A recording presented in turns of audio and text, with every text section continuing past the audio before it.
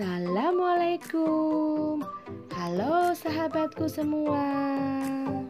Kali ini kita akan belajar tentang tumbuhan. Bagian tumbuhan. 1. Bunga. 2. Akar. 3. Daun. 4. Batang. Yang pertama adalah bunga. Bagian bunga tersusun atas mahkota, kelopak, tangkai, putih atau alat kelamin betina, dan benang sari atau alat kelamin jantan. Bagian tumbuhan kedua adalah akar. Akar tumbuh di dalam tanah, berfungsi untuk menegakkan tanaman dan tumbuhan. Akar memiliki rambut bulu. Akar yang berfungsi menyerap air dan unsur hara. Pada ujung akar terdapat tudung akar yang berfungsi melindungi akar saat menembus tanah. Macam-macam akar. Secara umum ada 5 jenis akar, yaitu 1. Akar serabut. 2. Akar tunggang. 3. Akar gantung. 4. Akar nafas. 5. Akar pelekat.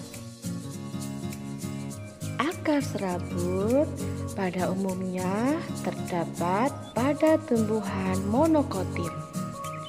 Akar tunggang pada umumnya terdapat pada tumbuhan dikotil. Sedangkan akar gantung tumbuh dari bagian atas batang dan tumbuh ke arah tanah. Akar nafas adalah akar yang naik ke atas tanah, khususnya ke atas air, seperti pada tanaman bakau. Akar pelekat terdapat pada tumbuhan yang tumbuh memanjat. Akar ini berfungsi untuk melekatkan batang pada tembok maupun tumbuhan lain. Bagian tumbuhan yang ketiga adalah daun. Daun merupakan tempat terjadinya proses fotosintesis. Jenis tulang daun dan contohnya. 1. Tulang daun menyirip. Tulang daun menyirip berbentuk seperti susunan sirip ikan. Contohnya adalah daun mangga, daun jambu, daun nangka, dan daun rambutan. Yang kedua, tulang daun menjari. Bentuk tulang daun menjari seperti susunan jari-jari tangan. Contohnya adalah daun pepaya, daun singkong, kapas, dan daun jarak. Yang ketiga adalah tulang daun melengkung. Bentuk tulang daun melengkung seperti garis-garis lengkung. Tulang daun jenis ini dapat kita temukan pada berbagai tumbuhan di lingkungan sekitar kita. Ujung-ujung tulang daun melengkung terlihat menyatu. Contohnya adalah daun sirih, daun gadung, dan daun genjer. Keempat, tulang daun sejajar. Bentuk tulang daun sejajar seperti garis-garis lurus yang sejajar. Tiap-tiap ujung tulang daun itu menyatu. Contohnya adalah tebu, padi, dan semua jenis rumput. Bagian keempat dari tumbuhan adalah batang. Tumbuhan dikotil adalah tumbuhan berkeping dua, memiliki batang yang berkayu karena memiliki kambium. Kambium adalah jaringan yang aktif berkembang dan membentuk sel yang baru.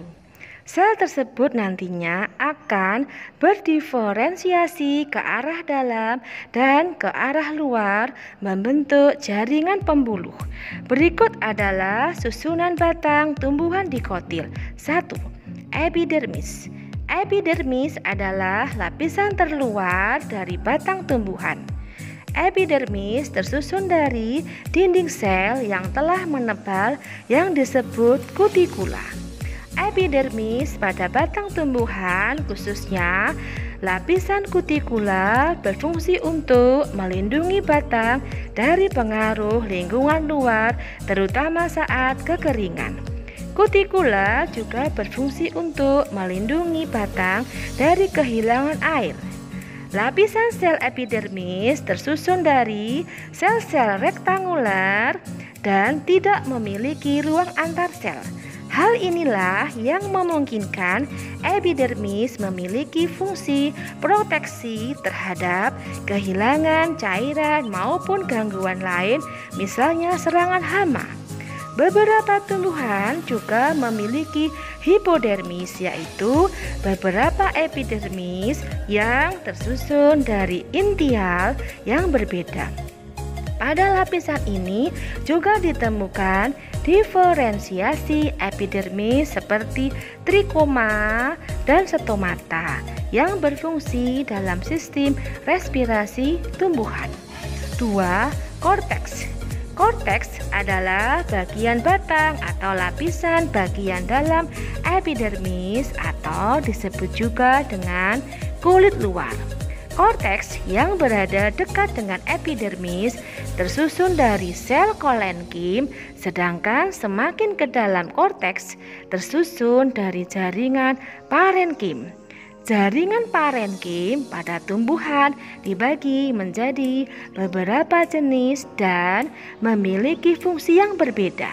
Korteks tersusun dari sel-sel yang tidak begitu rapat sehingga memiliki ruang antar sel.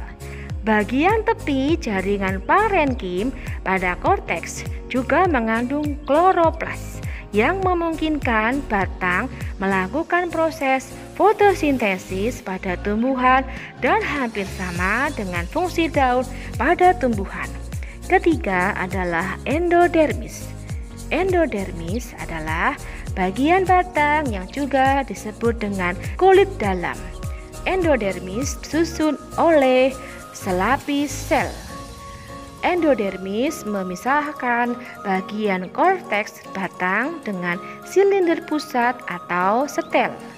Endodermis batang dikotil juga disebut floeterma atau sarung amilum karena endodermis mengandung butir amilum.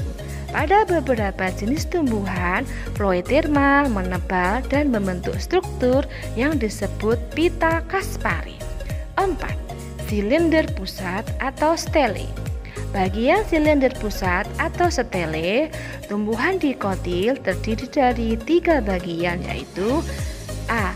Perisikel atau perikambium. Sel-sel pada lapisan perisikel aktif membelah untuk membentuk sel baru atau dapat disebut jaringan meristemati pada tumbuhan. Hal inilah yang memungkinkan tanaman dikotil untuk tidak hanya tumbuh memanjang, melainkan juga membesar.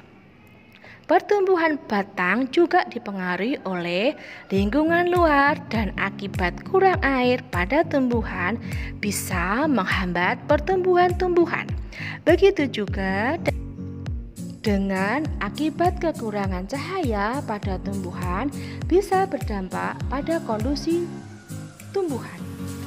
B. Berkas pengangkut atau xilem dan phloem. Berkas pengangkut pada batang tumbuhan dikotil tersusun dari jaringan xilem dan phloem. Xilem adalah berkas pengangkut yang bertanggung jawab untuk membawa air dari mineral dari akar menuju daun dan bagian lain tumbuhan.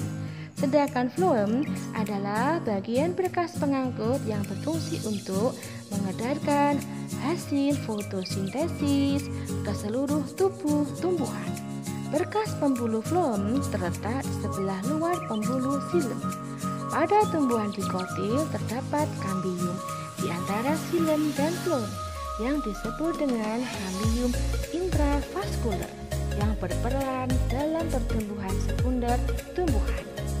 Pertumbuhan sekunder inilah yang nantinya akan membentuk lingkaran tahun. Lingkaran tahun dapat menentukan umur tumbuhan. Setiap lapis lingkaran konsektris pada batang menunjukkan pertumbuhan selama 1 tahun. Tumbuhan hijau. Tumbuhan hijau dapat membuat makanan sendiri karena memiliki klorofil. Proses pembentukan makanan dengan bantuan cahaya matahari disebut fotosintesis. Tumbuhan yang mampu membuat makanan sendiri melalui proses fotosintesis disebut produsen. Hasil fotosintesis yang disimpan dalam cadangan makanan digunakan oleh manusia dan hewan sebagai sumber makanan. Hasil fotosintesis lainnya adalah gas oksigen yang diperlukan semua makhluk hidup untuk bernafas. Adaptasi tumbuhan. Bentuk adaptasi tumbuhan. Pertama, menggugurkan daunnya pada musim kemarau untuk mengurangi penguapan. Contohnya, pohon jati, randu, mahoni, dan kedondong. Yang kedua, pada musim kemarau, daunnya akan mati, namun umbinya tetap hidup. Contohnya, bunga gladiol, kunyit, dan jahe. Yang ketiga, daun lebar dan tipis agar dapat menyerap cahaya matahari dan memperbanyak penguapan. Contoh, keladi, terate. Selanjutnya, daunnya berbentuk duri untuk mengurangi penguapan. Batangnya tebal untuk menyimpan cadangan air. Sebagai contoh, pohon kaktus. Yang selanjutnya, menggulungkan daunnya untuk mengurangi penguapan. Contoh, jagung. Selanjutnya lagi, merobekkan daunnya untuk mengurangi hembasan angin. Contoh, pohon pisang. Bentuk adaptasi yang lain yaitu memiliki duri tajam untuk melindungi diri. Contoh, mawar, bougainville. Yang terakhir, bentuk adaptasinya memproduksi getah untuk melindungi diri dari musuh. Contohnya, pohon pepaya, nangka, sawo, kamboja, dan alamanda. Ciri-ciri khusus pada tumbuhan. Tumbuhan terate, bentuk adaptasinya daun lebar untuk fotosintesis dan memperbanyak penguapan. Batang dan akar berungga untuk menyimpan cadangan oksigen. Tumbuhan kaktus, daunnya berbentuk duri untuk mengurangi penguapan, batangnya tebal untuk menyimpan cadangan air. Yang ketiga, bunga bangkai atau Rafflesia arnoldi, mengeluarkan bau busuk yang biasanya digunakan agar menarik perhatian serangga untuk membantu proses penyerbukan. Yang terakhir, tumbuhan kantung semar. Bentuk adaptasinya mengeluarkan nektar untuk menarik perhatian serangga dan memangsanya, kemudian menyerap kandungan nitrogennya. I'm an icon, man. I'm a girl about a 10. I should fuck her in the Benz.